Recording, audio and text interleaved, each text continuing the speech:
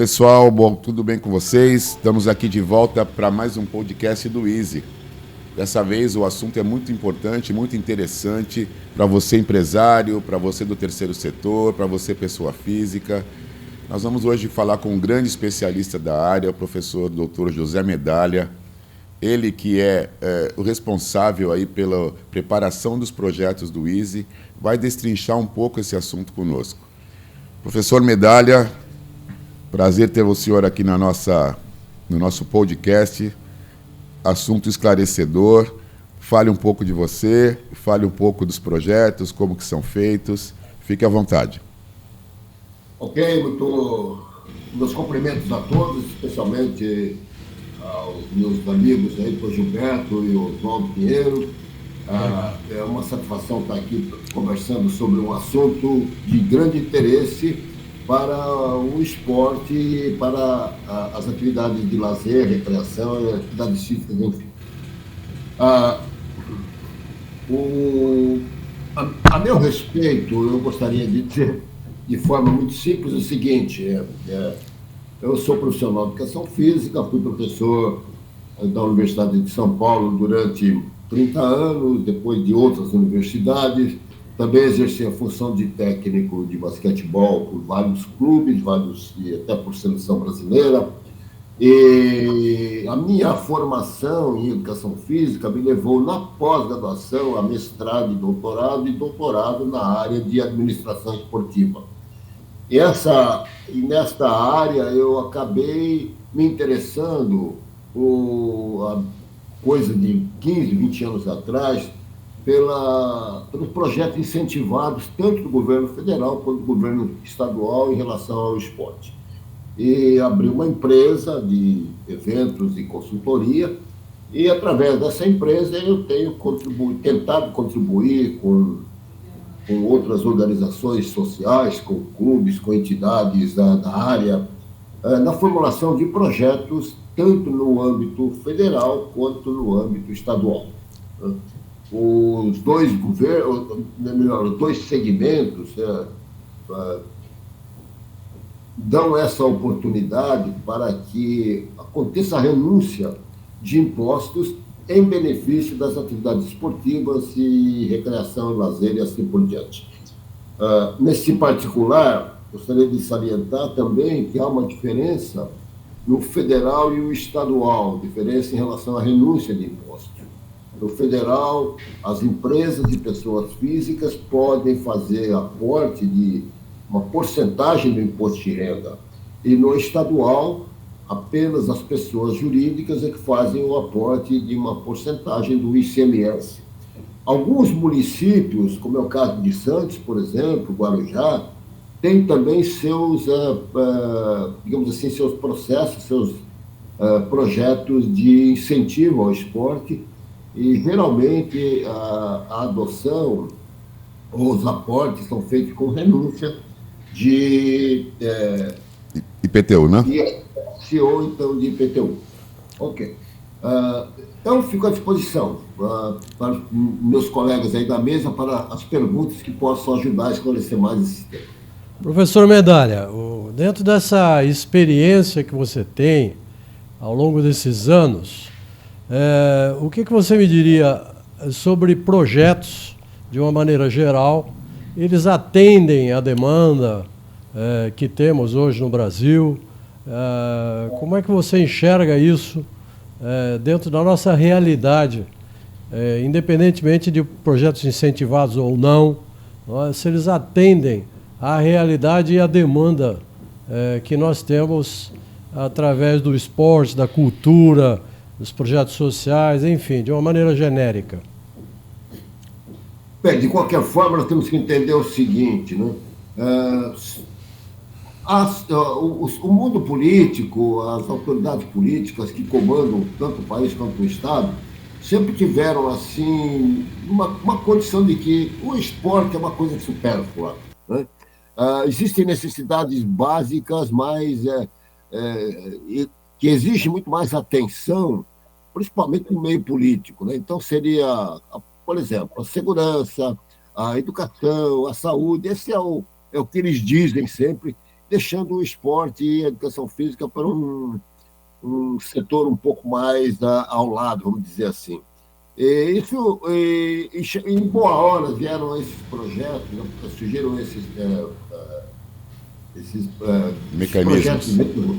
tanto no âmbito federal quanto no estadual, como eu havia mencionado antes, para poder dar um pouco de alívio a políticas públicas, principalmente na dotação de verbas orçamentárias, né, que sempre são consideradas insuficientes num país tão complexo como o nosso, num estado também tão grandioso como o nosso. De certa forma, isso ajuda muito. Nós tivemos muito apoio já com recursos de loteria federal, indo para o Comitê Olímpico, para as confederações, mesmo para projetos das secretarias estaduais. E essa renúncia dá uma possibilidade às empresas de contribuírem para que objetivos do esporte sejam alcançados, beneficiando crianças, beneficiando adolescentes, mesmo adultos, beneficiando atletas ou simplesmente praticantes de atividade física. É uma ajuda complementar, sem dúvida nenhuma, não é o suficiente, nunca foi o suficiente para poder atender todas as demandas, mas, de certa forma, quem se aproveitar disso sempre se beneficia de uma maneira ou de outra para poder ter esse apoio aí nas suas empresas, nas suas associações. Até porque a lei é bem recente, né, professor? 2006. Não é uma lei tão antiga assim, e realmente o incentivo fiscal, ou a renúncia, melhor dizendo, né? É a renúncia das 3 esferas de governo,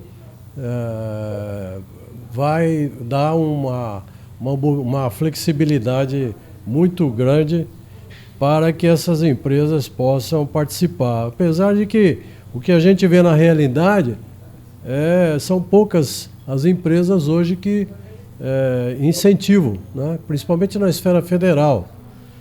E eu acho que falta um pouco de divulgação, um pouco de didática, né?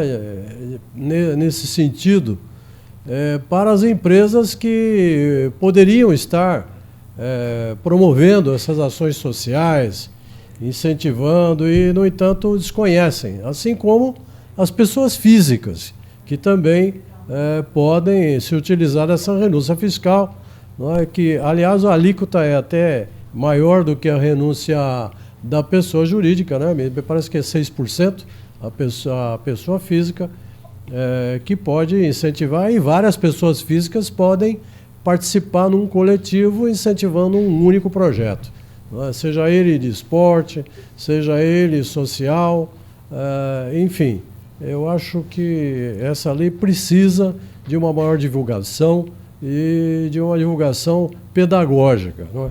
Principalmente no ambiente contábil, no ambiente administrativo das empresas, não é? É verdade. A grande dificuldade, né, Medalha, é a gente sensibilizar aí as empresas a participarem, não só no âmbito da participação efetiva, mas do conhecimento dos mecanismos que a lei propõe, né? Muita gente acha que, ainda acredita que participar de um projeto incentivado é colocar verba de marketing da empresa, quando na realidade não é. Então, acho que falta, sim, divulgação. Mas eu gostaria que você comentasse, Medalha, até uns anos atrás a gente tinha que mandar pelo correio, a papelada, fazer protocolo, e o federal passou a receber eletronicamente e, recentemente, o estadual também. Isso facilitou até que ponto, e o que veio de bom e o que veio de ruim com essa mudança? Não, realmente facilitou, mas a grande reclamação dos órgãos públicos que nós temos, tanto do Ministério do Esporte quanto da própria Secretaria de Esporte, Estadual de Esportes, né, que é quem dirige e quem resolve todos os problemas desses projetos, é falta de pessoal, mesmo o trabalho todo online, que facilitou demais para os proponentes, aqueles que fazem os projetos, aqueles que enviam os projetos, eles reclamam que existem poucos funcionários para atender uma demanda muito grande. Por exemplo, o ano passado, só no Estado, entraram mais de 1.000 projetos. E existe um cuidado muito grande por parte do poder público, no sentido de que as coisas sejam muito claras, muito transparentes. Então, um projeto ele tem uma certa complexidade na definição de metas, de objetivos, dos orçamentos, da metodologia. Há um cuidado também com os proponentes. Proponentes são aquelas entidades que enviam os projetos, né? Que pleiteiam essa verba, que afinal de contas ela não deixa de ser verba pública, porque é renúncia de imposto, né? Mas há um cuidado no sentido de que esses proponentes sejam realmente idôneos, né? Tenham uma estrutura que permita a eles utilizar o recurso público de uma forma bastante eficiente. E isso atrasa um pouco, isso aí exige uma atenção especial das entidades, de quem realmente monta esses projetos, está sempre acompanhando, sempre tentando colocar os elementos do projeto de forma muito clara, muito concisa, enfim. E no federal é a mesma coisa. Agora, existem restrições que eu gostaria de deixar assim como informação a respeito de quem pode fazer doação, né? Já antecipando um pouco possíveis dúvidas que surjam aí. No âmbito federal, os aportes, as doações, elas podem ser feitas por pessoa jurídica ou pessoa física. E seria a renúncia de imposto de renda devido. Esse é um esclarecimento importante. Não é imposto de renda a pagar, imposto de renda a ser restituído. É aquele devido, né? No caso de pessoa jurídica, essa renúncia ela pode ser até de 2% do imposto devido, do imposto de renda, deixando bem claro. E a pessoa física também pode fazer a sua doação num total até de 7% do seu imposto. No caso da pessoa jurídica, ela pode também fazer doação, é claro, a projetos da cultura. Existe aí um total de 6% que ela pode doar, tanto para esporte quanto para cultura. O esporte está um pouco defasado em relação à cultura, mas acontece que o esporte chegou um pouco mais tarde nessa dinâmica toda, né? No Estado, apenas a pessoa jurídica é que pode fazer a doação. E é bom esclarecer o seguinte: em ambas as situações, há uma certa restrição quanto ao tipo de tributo, né? A classificação de tributo que essas empresas possuem. É o regime no jurídico. Federal, a empresa que faz a doação, que faz o aporte, ela só pode se beneficiar se ela for tributada por lucro real. Não serve nem o lucro presumido, nem aquela classificação de empresa simples, né? No estadual, a empresa ela tem que ser naquilo que se chama regime periódico de apuração.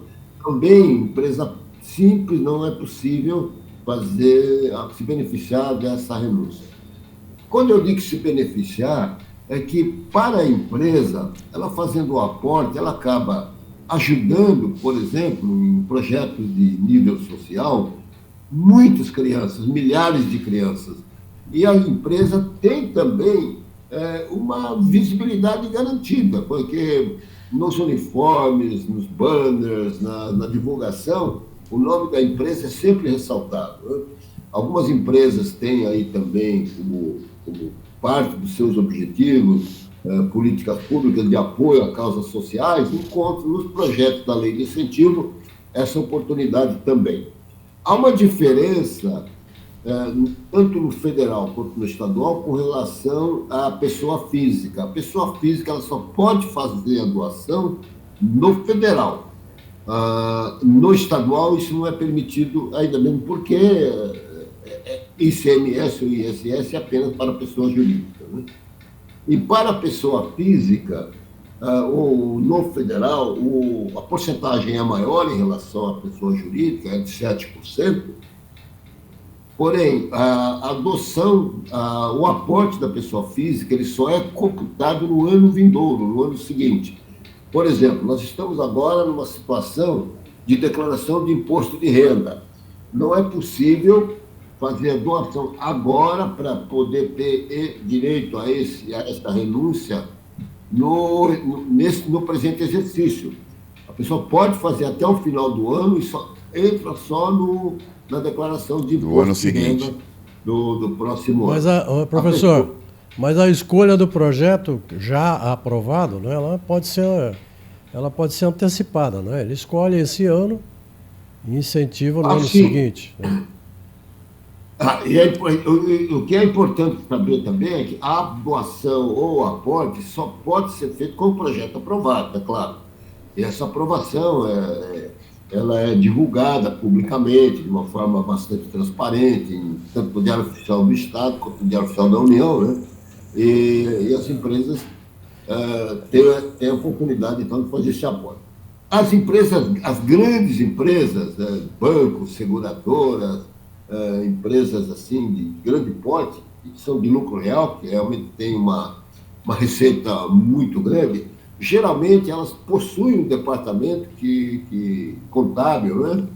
que conhecem esses regulamentos, essas leis, e sabem diferenciar uma da outra de acordo com seus próprios objetivos. Tem empresas que preferem apenas fazer um aporte em clubes em que possa ter competição. Tem outras que privilegiam mais o lado social, né? Estendendo esse benefício para muito mais pessoas, porque na parte competitiva o número de beneficiados é muito pequeno. Enfim, são todos esses detalhes que existem para que o interessado, o próprio, de ambos os lados, né? Tanto aquele que aporta quanto aquele que é o beneficiado, possa, digamos assim, deve ter conhecimento para poder usufruir dessas leis de incentivo. Professor, lembrando apenas, para título de esclarecimento, que há então a possibilidade das empresas terem acesso, vamos dizer assim, a um cardápio de projetos, sejam eles na área de esporte ou na área da cultura, e de acordo com o perfil do marketing da empresa, ela escolhe o projeto que melhor afina ao seu perfil, não é? Aquilo que ela realmente tem identidade com o que vai ser incentivado. Né? Sem dúvida. As grandes empresas já têm esse departamento de aporte, né? Elas possuem. As menores, nem tanto. As menores, elas devem até, procurar especialistas para poder reunir informações, conhecimento e ter segurança naquilo que vai acontecer. E é muito importante também que a entidade que pleiteia esses recursos, ela seja uma entidade idônea. Aliás, ambas as secretarias, digamos assim, os órgãos, tanto o federal quanto o estadual, têm um cuidado muito grande em considerar as associações que serão beneficiadas, digamos assim, em condições de receber esse aporte. Como eu disse anteriormente, é dinheiro público e as entidades elas têm que ter assim uma idoneidade, esse é um outro aspecto legítima para poder gerir esse dinheiro público, né? Então, professor, esse é um outro aspecto que o ISE sempre procurou manter, não é?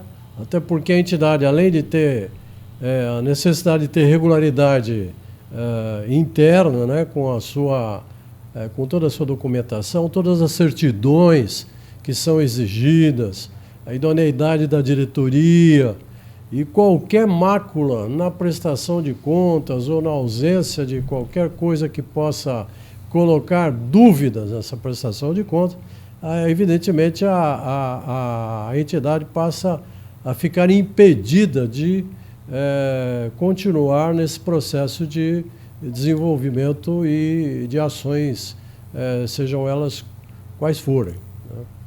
Medalha, você tocou num ponto aí, você estava comentando, entidades, empresas que preferem trabalhar com competição, outras com social. Qualquer entidade do terceiro setor pode pleitear lei de incentivo federal, por exemplo, para a competição? Ou existe alguma diferença, algum quesito que seja exigido? Por favor. Opa, excelente pergunta, porque merece um esclarecimento, sem dúvida. A entidade não pode ter fim lucrativo.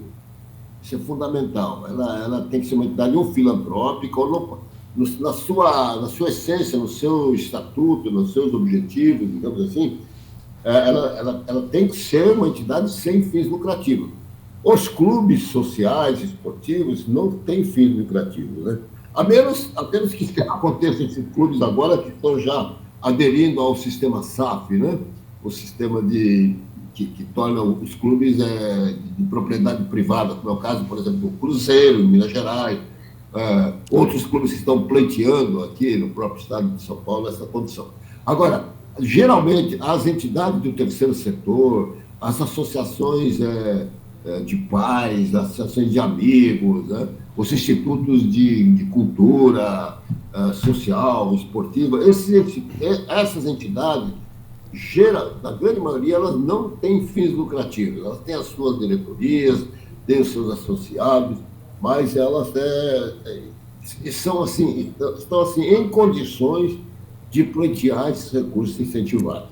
Isso é importante que se esclareça, porque, por exemplo, uma academia de ginástica que tem um proprietário que tem fins lucrativos, ela não pode, ela não deve pleitear isso aí, isso está, digamos assim, restrito ou reservado a outras entidades que não recebem dinheiro assim em suas atividades, né? Outra coisa importante também é que, em relação à duração de existência dessas entidades, no âmbito estadual, a entidade precisa ter, no mínimo, 3 anos de existência desde a sua criação.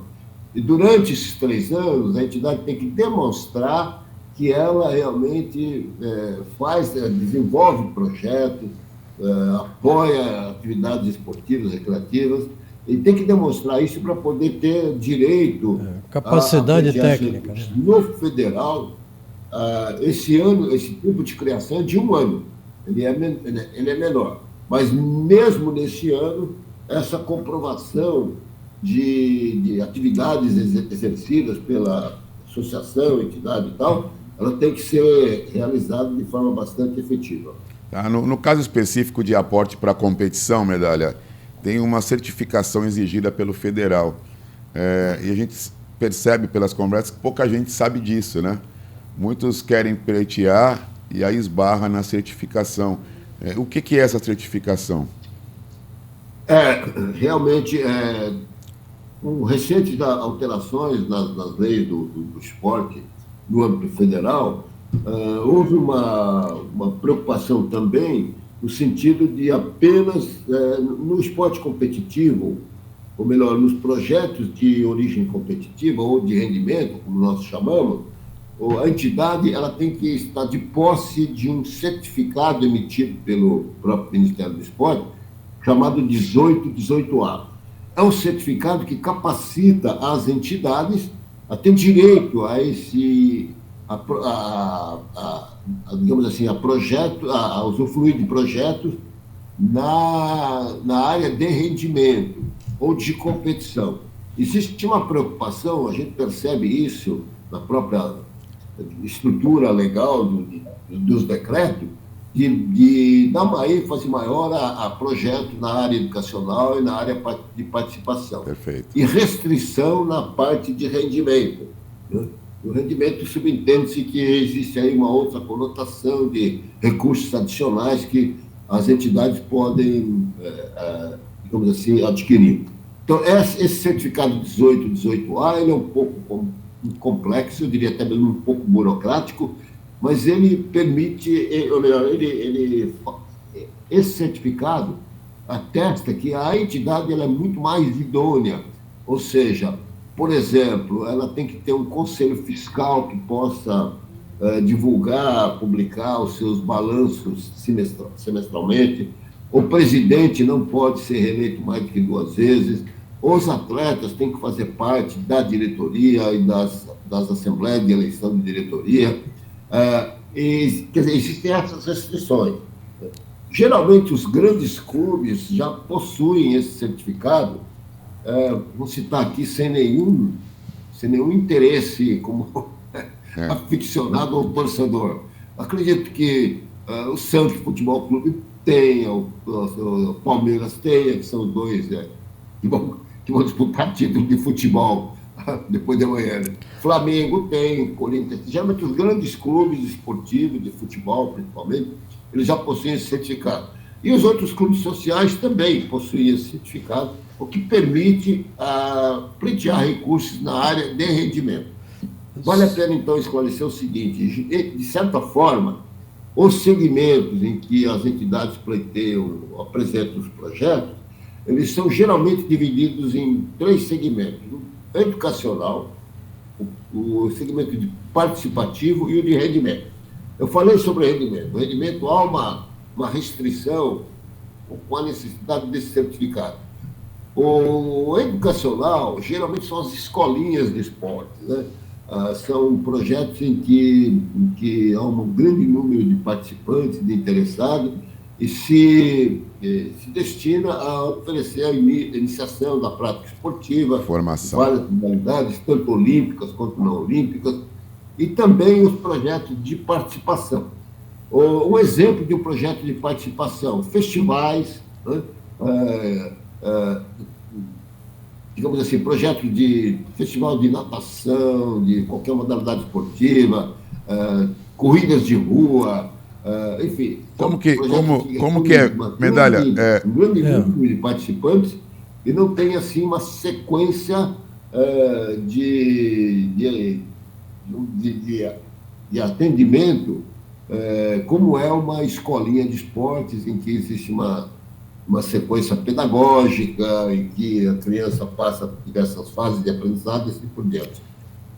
Quanto à idade, os projetos eles podem ser oferecidos para beneficiários de todas as idades, até da terceira idade, vamos chamar assim, pode se beneficiar disso em projetos adequados, evidentemente, às necessidades, características dos beneficiários. Né? Professor? Não há distinção de gênero, obviamente, né?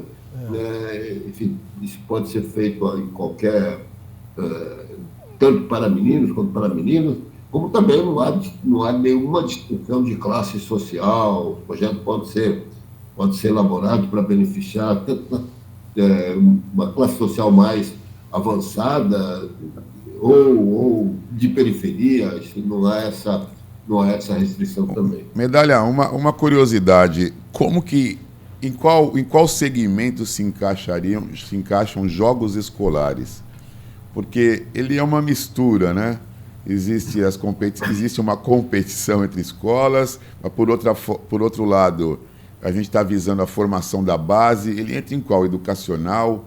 Ou depende do formato da competição, do evento? Os jogos escolares, como você bem disse, ele é uma mistura desses segmentos, né? Do participativo e do segmento de rendimento. Geralmente, a aprovação de projetos se dá mais como projeto de participação, não tanto de rendimento. Entende-se que os jogos escolares sejam jogos em que o objetivo maior é o objetivo educacional e não de vitória a qualquer custo, como acontece nos esportes de rendimento propriamente dito, né? Campeonatos de federação, de confederação e assim por diante. Existem divergências a esse respeito. Eu vou sei. dizer uma delas. A CBDU, por exemplo, ela pleiteia recursos de projeto, entendendo que os seus campeonatos, os seus eventos são educacionais. Na verdade, eles não deixam de ser rendimento, né? Isso aí é digamos assim, uma distorção que existe ainda e que precisa ser esclarecido, principalmente agora com Nós temos uma nova lei de esporte, Lei Geral do Esporte. Essa lei ela já foi sancionada, ela precisa ser muito divulgada, ela precisa também ser regulamentada, né, para que essas dúvidas sejam devidamente esclarecidas. Isso é importante porque na lei nossa, na lei hoje das entidades, na própria Lei Geral do Esporte, nenhum dirigente de um grande clube, por exemplo, ele pode ser, ou de uma federação, ele pode ser reeleito mais do que uma vez, tem direito apenas a uma reeleição, desde que a entidade tenha como objetivo o esporte competitivo, ou de rendimento. Entendi. Isso não acontece nas entidades educacionais. No caso, por exemplo, do ISE, Oswaldo pode ser reeleito quantas vezes ele pretender ou a entidade achar interessante a sua reeleição. Agora, um presidente de um Santos Futebol Clube, por exemplo, para dar um exemplo mais local aqui nosso, ele não pode ter mais do que uma reeleição, porque ele é uma entidade que está aí sob essa égide. Perfeito. Nova Lei Geral do Esporte, enfim. Mas isso ainda precisa ser muito melhor esclarecido, precisa ser regulamentado, para que a coisa não paire dúvida sobre essa situação. Professor, deixa eu só colocar um aspecto aí, dois aspectos aí que eu gostaria que o senhor comentasse. Que, primeiro, há um requisito fundamental em tudo isso que qualifica a entidade, que é a questão do compliance. Não é? Compliance é a auditoria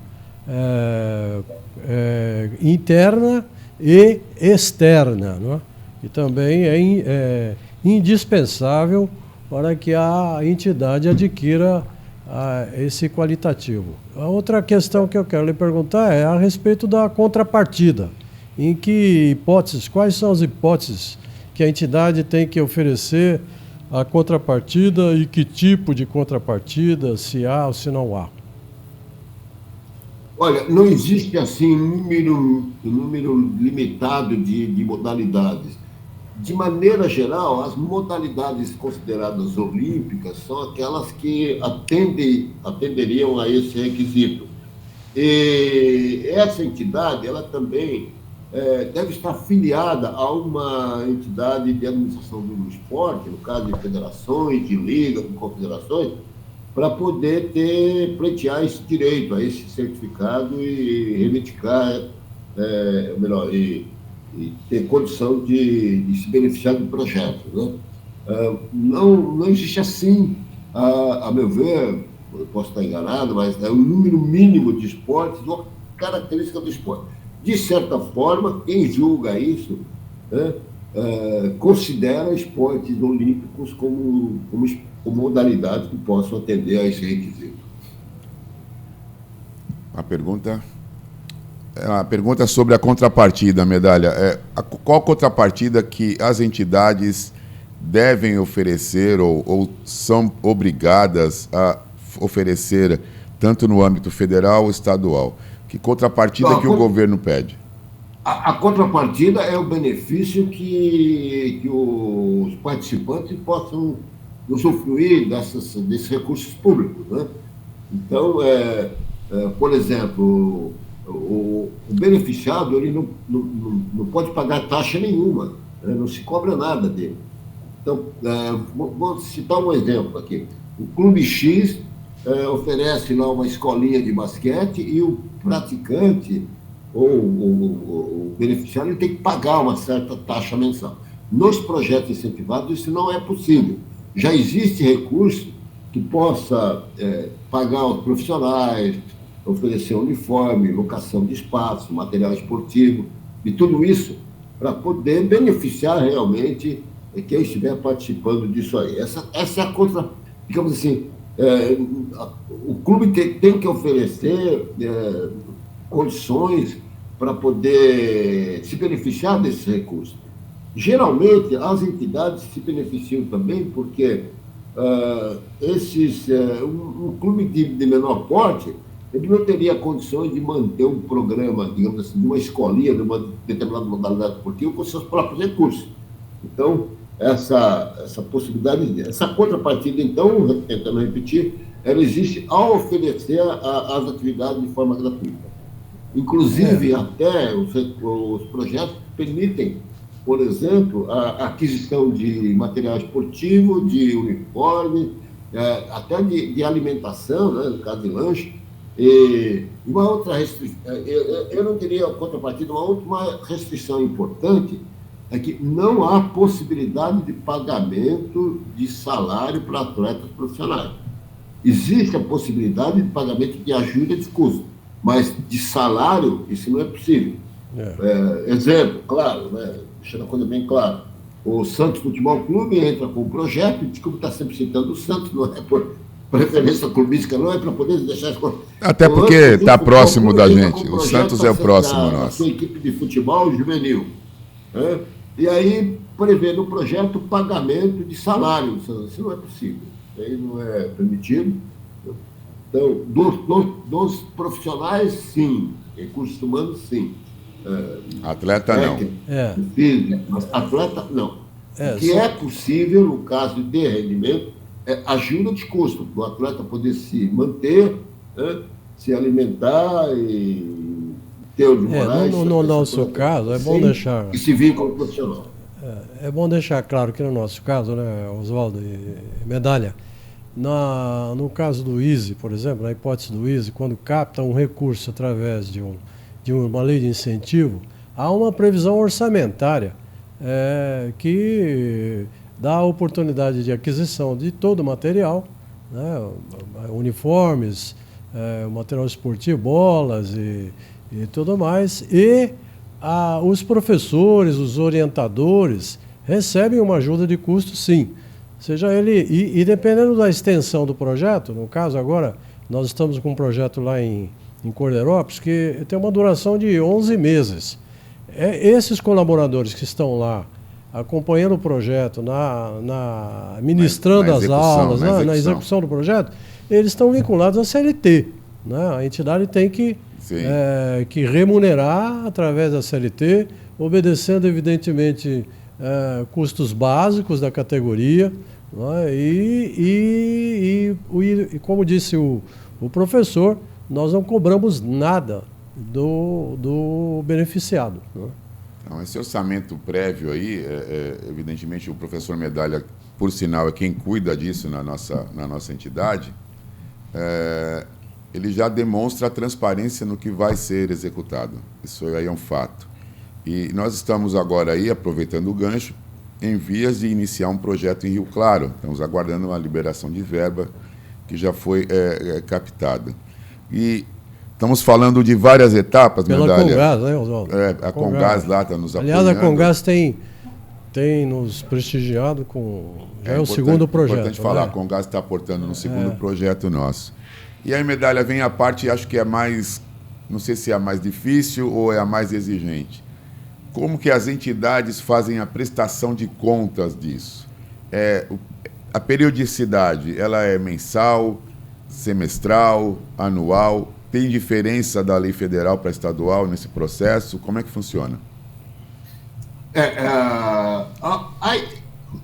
Tanto no federal quanto no estadual, a prestação de contas depende muito da duração do projeto, né? Eu não tenho uma ideia muito clara a respeito de prestação de contas em relação a responder a sua pergunta em termos de meses, né? Mas existe a prestação de contas final, existe a prestação de contas semestral também. A entidade ela deve estar sempre preparada para poder prestar contas até mensalmente, com seus relatórios, seus pagamentos e tal. Geralmente, o federal é semestral e anual. O estadual segue também essa mesma periodicidade aí de semestral e anual. Agora, se o projeto, por exemplo, ele pode ser um projeto de 2 meses, ele pode ser um projeto de 3 meses. A prestação de contas final é uma exigência de ambas. Está vinculado à periodicidade, ao período que o projeto vai acontecer. Veja, só acrescentando. A prestação de contas, principalmente na estadual, ela pode sofrer um acompanhamento mensal. Está lá no regulamento que a qualquer momento o Estado pode pedir a prestação de contas. Pedir a prestação de contas e até fazer uma vistoria. Sim. Para examinar se o projeto está sendo executado, de acordo com aquilo que foi orçado. Exatamente. Então, essa prestação de contas, muito embora haja um pouco essa flexibilidade que o professor disse, na letra da lei e no regulamento, ela é periódica. Ela é periódica. Resumindo, porque ela está sujeita a vistorias, né? Evidentemente que a administração pública não tem perna para ficar fazendo vistoria em todos os projetos, mas é uma obrigação da entidade que recebeu o recurso estar em dia com a execução do projeto e com a contabilidade em dia. Não é? Então, a qualquer momento que for questionada, ela tem ali, pode exibir o seu balancete mensal, não é? Ou o balancete semestral ou anual ao fim de cada projeto, que aí sim ela é indispensável. Ok, ficou bem claro isso. Foi bem lembrado, doutor Gilberto, mesmo porque tanto a Secretaria Estadual quanto o Ministério, eles têm possibilidade de fiscalizar a execução do projeto. Por exemplo, se apresenta sempre o local onde o projeto está sendo realizado, os horários, quais são os profissionais que estão envolvidos no projeto, qual é o número de participantes, turmas e assim por diante. E essa fiscalização ela pode acontecer a qualquer momento, né? Faz parte, inclusive, dos próprios decretos. E, da mesma forma, a prestação de contas, muito bem lembrada, ela tem que estar sempre em dia. Agora, é importante que nos projetos também a gente tenha a participação de um setor de contabilidade, né? Uma assessoria contábil, se possível, uma assessoria jurídica também, para poder esclarecer todas essas dúvidas que possam acontecer e essas nuances todas de uso de recursos públicos. Isso é um cuidado que o setor público tem para que esses recursos sejam realmente muito bem utilizados e atendendo às suas finalidades, os objetivos, as metas e assim por diante. É dinheiro carimbado, né, professor? É dinheiro carimbado. Sem dúvida, sem dúvida. Bom, e para a gente estamos finalizando o nosso podcast, mas você está no CONFEF, no Conselho Federal de Educação Física. Eu estou vinculado aí ao Conselho Regional de Educação Física aqui de São Paulo. Essa questão do RH, a importância de se ter profissional registrado trabalhando nas ações esportivas, né? Não só nas esportivas, mas em qualquer outra. Há essa exigência por parte do poder público também nos processos, nos projetos, perdão? Boa pergunta. Olha, no estadual isso é explícito. Existe realmente o coordenador técnico, o diretor técnico do projeto, ele tem que ser registrado no conselho, né? E no caso, por exemplo, de assessoria jurídica, a mesma coisa, assessoria contábil, a mesma coisa, e o profissional da área de esporte, de recreação e tal, ele tem que ser registrado. Isso não está explícito na regulamentação do federal, mas é uma exigência tão comum, tão normal, que Sim. O profissional, ele geralmente é registrado, ele está... Até porque isso gera uma segurança, né, Medalha? Para poder exercer a sua profissão, está sujeito à fiscalização, à avaliação e assim por diante. Gera uma segurança para quem está trabalhando com o projeto, para quem está aportando e, sobretudo, para o paciente, para o cliente lá, que é a criança, que é o público, que é o público-alvo, né? Segurança jurídica. Jurídica e no ponto de vista ético também, né? Também. Porque um profissional vinculado ao conselho, ele está subordinado ao conselho de ética e e a gente sabe que isso hoje é muito importante. A gente queria mostrar umas fotos dos projetos aqui, Medalha, dos quais você tem parte.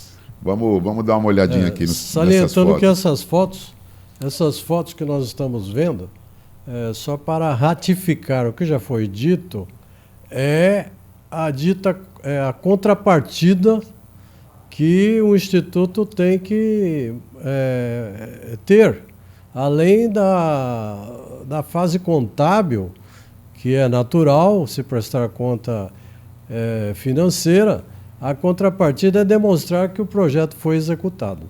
Essa foto aí é Cubatão, um grupo de professores de Cubatão, patrocinado pela Uzi Minas. A Uzi Minas nos aportou o recurso lá, patrocinou, fica aqui nosso reconhecimento, agradecimento à Uzi Minas.